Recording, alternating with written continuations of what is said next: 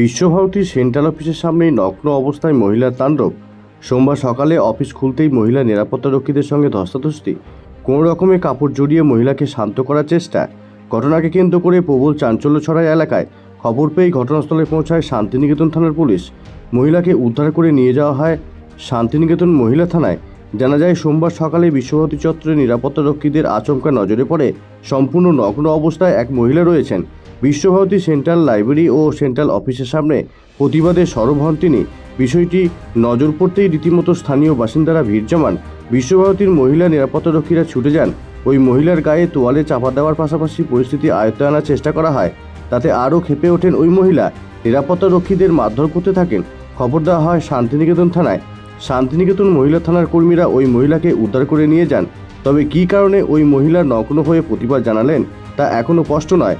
Bureau report, Rangamati 24x7 news.